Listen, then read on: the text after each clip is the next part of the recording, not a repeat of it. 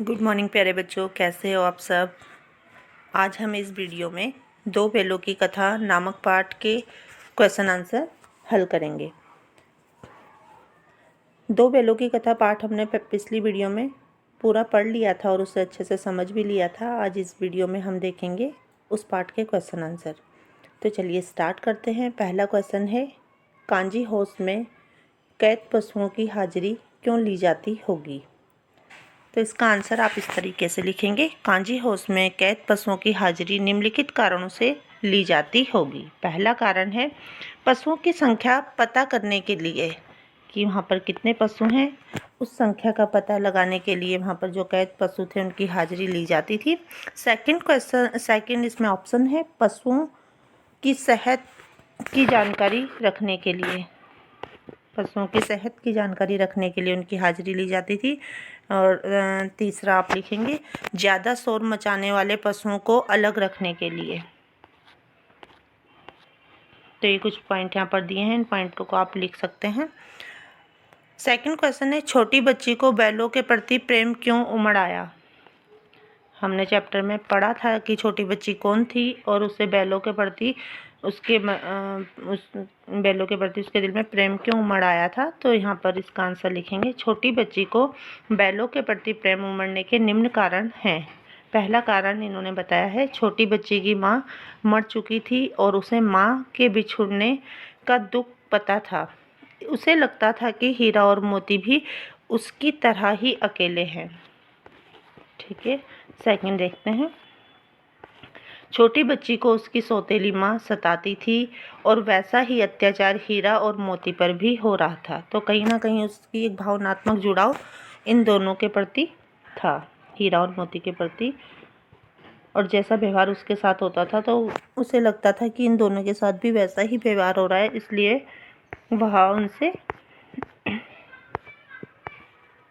इसलिए छोटी बच्ची के मन में उन बैलों के लिए प्रेम उमड़ आया था। तो ये आप दो पॉइंट यहाँ पर दिए, इन्हें आप लिखेंगे इस क्वेश्चन के आंसर के रूप में। आगे देखते हैं, कहानी में बैलों के माध्यम से कौन कौन सी नीति विषयक मूल्य उभर कर आए हैं। तो यहाँ पर कौन से नीति विषयक मूल्य उभर कर आए हैं, इनको देखते हैं। इस कहानी के माध्यम से निम्नलिखित नीति विषयक मूल्य उभर कर सामने आए हैं। पहला है, सच्चे मित्र मुसीबत के समय सामने आते हैं। तो देखो, मित्र के यहाँ पर जो सच्चा मित्र है उसके गुण यहाँ पर बताए जा रहे हैं। तो पहला इसमें है कि सच्चे मित्र जो है मुसीबत के समय सामने आते हैं। सेकंड इसमें है एकता में शक्ति होती है। और थर्ड, आज़ादी पाने के लिए मनुष्य को बड़े से बड़े कष्ट उठाने को तैयार रहना चाहिए। तो हमने देखा था कि वह आज़ाद होने के लिए क्या क्या कष्ट उठाते हैं दोनों, हीरा और मोती। अगला क्वेश्चन है, प्रस्तुत कहानी में प्रेमचंद्र ने गधे के किन स्वभावगत विशेषताओं के आधार पर उसके प्रति रूढ़ अर्थ मूर्ख का प्रयोग न कर किस अर्थ की ओर संकेत किया है। तो ये क्वेश्चन अच्छा है, ये एग्जाम में आने लायक क्वेश्चन है, इसे यहाँ पर समझेंगे। गधे को उसके स्वभाव से मूर्ख समझा जाता है, लेकिन उसके स्वभाव में सहनशीलता और सरलता भी देखने को मिलती है। इस कहानी में लेखक ने गधे की सरलता और सहनशीलता की ओर हमारा ध्यान खींचा है। प्रेमचंद्र ने स्वयं कहा है, सद्गुणों का इतना अनादर कहीं नहीं देखा, कदाचित सीधापन संसार के लिए उपयुक्त नहीं है। कहानी में भी उसने सीधेपन की दुर्दशा दिखाई है, मूर्खता की नहीं। तो यहाँ इस क्वेश्चन का आंसर कुछ इस तरीके से है। और यहाँ पर उसके सीधेपन मतलब गधे के बारे में कहा गया है कि वह सहनशील और सरल स्वभाव का है, उसके सीधेपन की यहाँ पर दुर्दशा को दिखाया गया है, ना कि मूर्खता को। आगे हम देखते हैं पांचवा क्वेश्चन, किन घटनाओं से पता चलता है कि हीरा और मोती में गहरी दोस्ती थी। तो निम्न कारणों से पता चलता है कि हीरा और मोती में गहरी दोस्ती थी। वो कौन कौन से कारण थे, यहाँ पर देख रहे हैं। पहला कारण था, दोनों बैलों को जब हल से बांधा जाता तो दोनों की कोशिश रहती कि ज़्यादा से ज़्यादा वजन उसकी गर्दन पर रहे, दूसरे साथी की गर्दन में नहीं। तो ये उनकी गहरी दोस्ती को यहाँ पर दर्शाता है। और सेकंड, कारण है। जब दोनों को भूसा डाल दिया जाता तब दोनों एक साथ मुंह डालते और एक ही साथ मुंह निकाल लेते। छठा क्वेश्चन देखते हैं। लेकिन औरत जात पर सिंह चलाना मना है। हीरा के इस कथन के माध्यम से स्त्री के प्रति प्रेमचंद्र के दृष्टिकोण को स्पष्ट कीजिए। तो यहाँ पर ये क्वेश्चन भी बन सकता है कि ये वाक्य किसने कहा था या ये पंक्ति किसके द्वारा कही गई थी। तो ये पंक्ति कही गई थी हीरा के द्वारा। ये भी आपको ध्यान रखना है। और इस क्वेश्चन का आंसर यहाँ पर है, देखते हैं। हीरा के इस कथन से पुरुष प्रधान समाज में स्त्रियों की स्थिति की बात की गई है। स्त्रियों के साथ दुर्व्यवहार किया जाता है। पुरुष स्त्री को कमज़ोर समझने की भूल करते हैं, उन्हें परेशान करते हैं। प्रेमचंद्र स्त्रियों के साथ होने वाले अत्याचार के विरुद्ध है। अतः सभ्य गुणों के प्रतीक हीरा और मोती के माध्यम से लेखक ने पुरुष प्रधान समाज को स्मरण कराया है कि स्त्रियों का सम्मान करना चाहिए। एक सभ्य समाज एवं नैतिक मानवीय मूल्यों की स्थापना की जानी चाहिए। तो इसका आंसर इस तरीके से लिख सकते हैं। आगे देखेंगे। किसान जीवन वाले समाज में पशु और मनुष्य के आपसी संबंधों को कहानी में किस तरह व्यक्त किया गया है। किसान जीवन वाले समाज में पशु और मनुष्यों के आपसी जो संबंध थे उनको कहानी में किस तरह व्यक्त किया गया है। इसका आंसर देखते हैं। पुराने समय में मनुष्य के साथी पशु रहे हैं। किसान के लिए पशु वरदान के समान है। किसान बोझ उठाने, पानी खींचने, हल चलाने तथा सवारी करने के लिए पशुओं का प्रयोग करता है। झूरी हीरा और मोती को बच्चों की तरह स्नेह करता था। झूरी उनका मालिक था और वह उन्हें बच्चों की तरह उनसे प्रेम करता था, स्नेह करता था, अर्थात उनसे प्रेम करता था। उन्हें अपनी आंखों से दूर नहीं जाने देता था। इससे पता चलता है कि वह उन्हें बहुत प्रेम करते रहे हैं और पशु अपने मालिक के लिए जी जान देने को तैयार रहे। जितना प्रेम मालिक अपने पशु से करता था उतना ही पशु भी मालिक से करता है। यहाँ पर ये बताया गया है।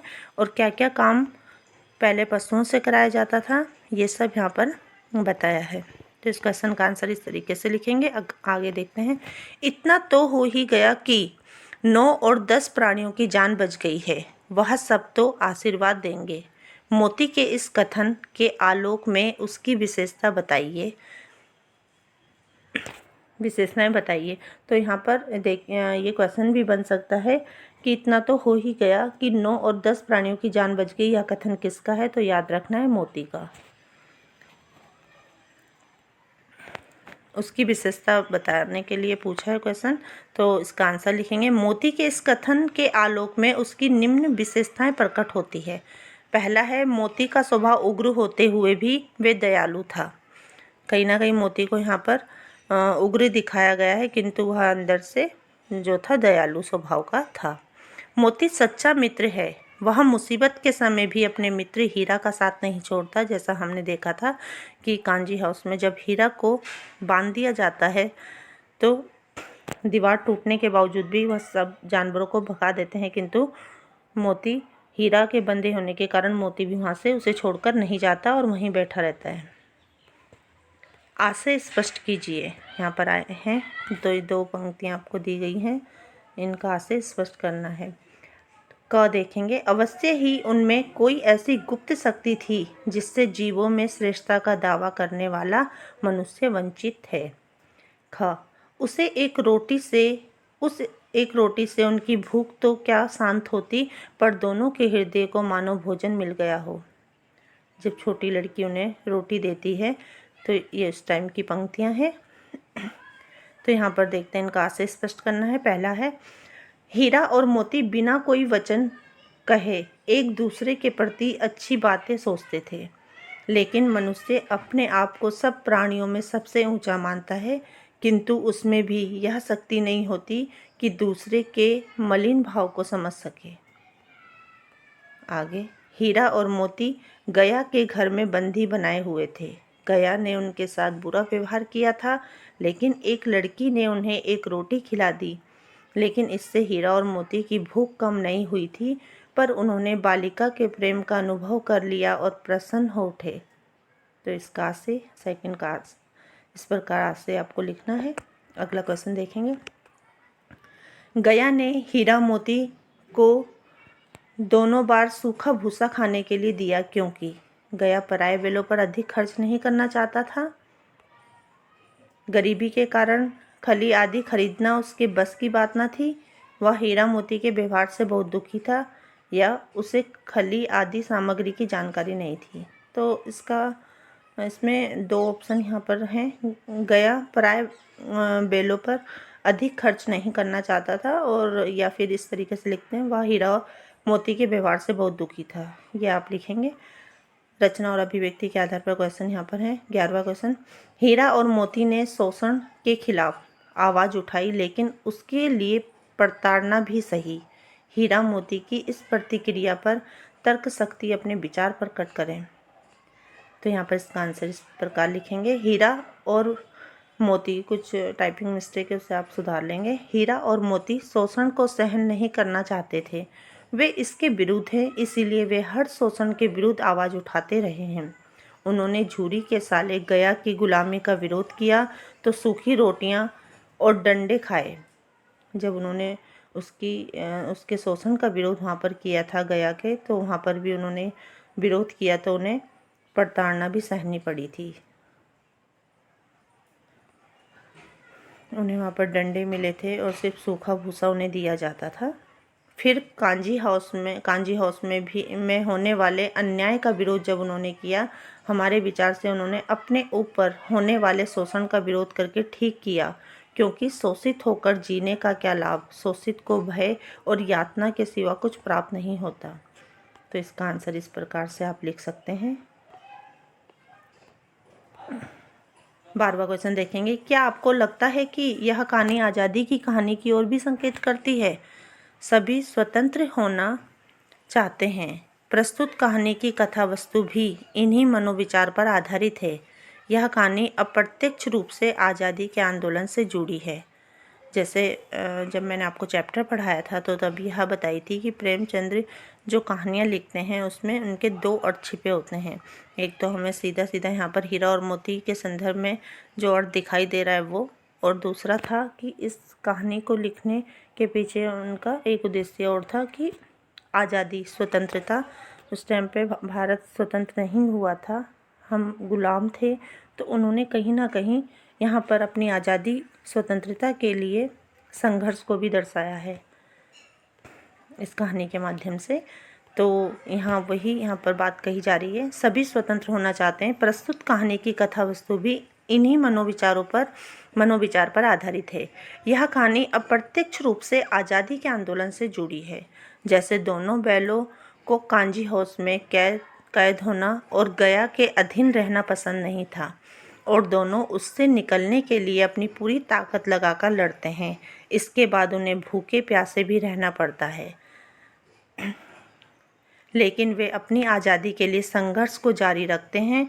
तो हमारे विचार में यह कहानी इन सब बातों से आज़ादी की ओर संकेत करती है। तो यहाँ पर हम ये भी देख रहे हैं कि जिन्होंने आज़ादी के लिए लड़ाई करी उन्हें कितनी प्रताड़ना, कितनी यातनाएं सहनी पड़ी, किंतु अंत में उन्हें आज़ादी मिली। और वही इस कहानी में भी बैलों के माध्यम से यही सब चीज़ें दर्शाई गई हैं। तो कहीं ना कहीं ये आज़ादी की ओर संकेत करती है। आगे अगला क्वेश्चन देखते हैं। बस इतना ही काफ़ी है, फिर मैं भी चोट लगाता हूँ ही भी वाक्य में किसी बात पर जोर देने का काम कर रहे हैं। ऐसे शब्दों को निपात कहते हैं। यहाँ पर ही और भी जो ये शब्द दिए गए ये निपात कहलाते हैं। कहानी में 5 ऐसे वाक्य छांटे जिनमें निपात का प्रयोग हुआ है। ही निपात का प्रयोग कहाँ पर हुआ है? तो यहाँ पर देखेंगे। एक ही विजय ने उसे संसार की सभ्य जातियों में नगण्य बना दिया। एक ही, तो ही जो निपात आया है वो इसको और अधिक बल दे रहा है वाक्य को। अवश्य ही उनमें कोई ऐसी गुप्त शक्ति थी जिससे जीवों में श्रेष्ठता का दावा करने वाला मनुष्य वंचित थे। तो यहाँ भी देखिए, आप अवश्य भी लिख सकते थे, किंतु ही जो निपात आया है वह कहीं ना कहीं शब्द पर बल दे रहा है, वाक्य पर नाद में खली भूसा पड़ जाने के बाद दोनों साथ ही उठते, साथ नाद में मुंह डालते और साथ ही बैठते। चौथा पॉइंट, एक मुंहा हटा लेता तो दूसरा भी हटा लेता। अभी 4 ही ग्रास खाए थे, 2 आदमी लाठियां लिए दौड़ पड़े, दोनों मित्रों को घेर लिया। भी निपात का प्रयोग कहाँ पर हुआ है? कुत्ता भी बहुत गरीब जानवर है, उसके चेहरे पर एक स्थायी विषाद स्थायी रूप से छाया रहता है। सुख दुख हानि लाभ किसी भी दशा में बदलते नहीं देखा। 4 बातें सुनकर गम खा जाते हैं, फिर भी बदनाम हैं। गांव के इतिहास में यह घटना अभूतपूर्व न होने पर भी महत्वपूर्ण थी। झूरी उन्हें फूल की छड़ी से भी ना छूता था। उसकी टिटकार पर दोनों उड़ने लगते थे। यहाँ मार पड़ी। तो ये कुछ निपात वाले वाक्य हमने यहाँ पर देखे हैं। अब अगला क्वेश्चन देखेंगे। रचना के आधार पर वाक्य के भेद बताइए तथा उपवाक्य छांटकर उसके भी भेद लिखिए। यहाँ देखेंगे, दीवारों का गिरना था कि अधमरे से पड़े हुए सभी जानवर चेत उठे। इसमें उपवाक्य है अधमरे से पड़े सभी जानवर चेत उठे। में देखते हैं, सहसा एक दड़ियल आदमी जिसकी आंखें लाल थी और मुद्रा अत्यंत कठोर, तो ये विशेषण उपवाक्य हो गया। ठीक है, सहसा एक दड़ियल आदमी जिसकी आंखें लाल थी और मुद्रा अत्यंत कठोर। ग में देखेंगे, हीरा ने कहा गया के घर से नाहक भागे। यहाँ पर मिश्र वाक्य होगा। अगर वह मुझे पकड़ता तो मैं बेमारे ना छोड़ता। तो देखिए यहाँ पर मैंने आपको बताया था कि इसमें अल्प विराम का चिन्ह आपको नज़र आ रहा है, कॉमा जैसे आपको दिखाई दे रहा है, तो यहाँ पर संयुक्त वाक्य है, ये सही है। इसमें कहानी में जगह जगह पर मुहावरों का प्रयोग हुआ है। कोई 5 मुहावरे छांटिए और उनका वाक्यों में प्रयोग कीजिए। तो जैसे यहाँ पर कुछ वाक्य हैं, कौन कौन से मुहावरे आए थे कहानी में वो हमने यहाँ पर लिखे हैं, देखेंगे। टकटकी लगाना, अर्थ निरंतर, इसका अर्थ है निरंतर देखना। वह दरवाजे पर टकटकी लगाए देखता रहा। दांतों पसीना आना, इसका अर्थ होगा कठिन परिश्रम करना। इतना भारी सामान उठाते उसे दांतों पसीना आ गया। जी तोड़ काम करना, इसका अर्थ होता है बहुत मेहनत करना। तो इसमें वाक्य प्रयोग होगा, मोहन ने फर्स्ट आने के लिए जी तोड़ काम किया। गम खाना, इसका अर्थ है धैर्य रखना। कम खाना मिलने पर भी हीरा और मोती गम खा जाते। कुछ अतिरिक्त प्रश्न यहाँ पर हैं। हीरा और मोती के स्वामी का क्या नाम था? तो हीरा और मोती के स्वामी का नाम झूरी था। 2 बैलों की कथा किस लड़ाई की ओर संकेत करती है? 2 बैलों की कथा जो है वो आज़ादी की लड़ाई की ओर संकेत करती है। ये कुछ क्वेश्चन आपके थे। और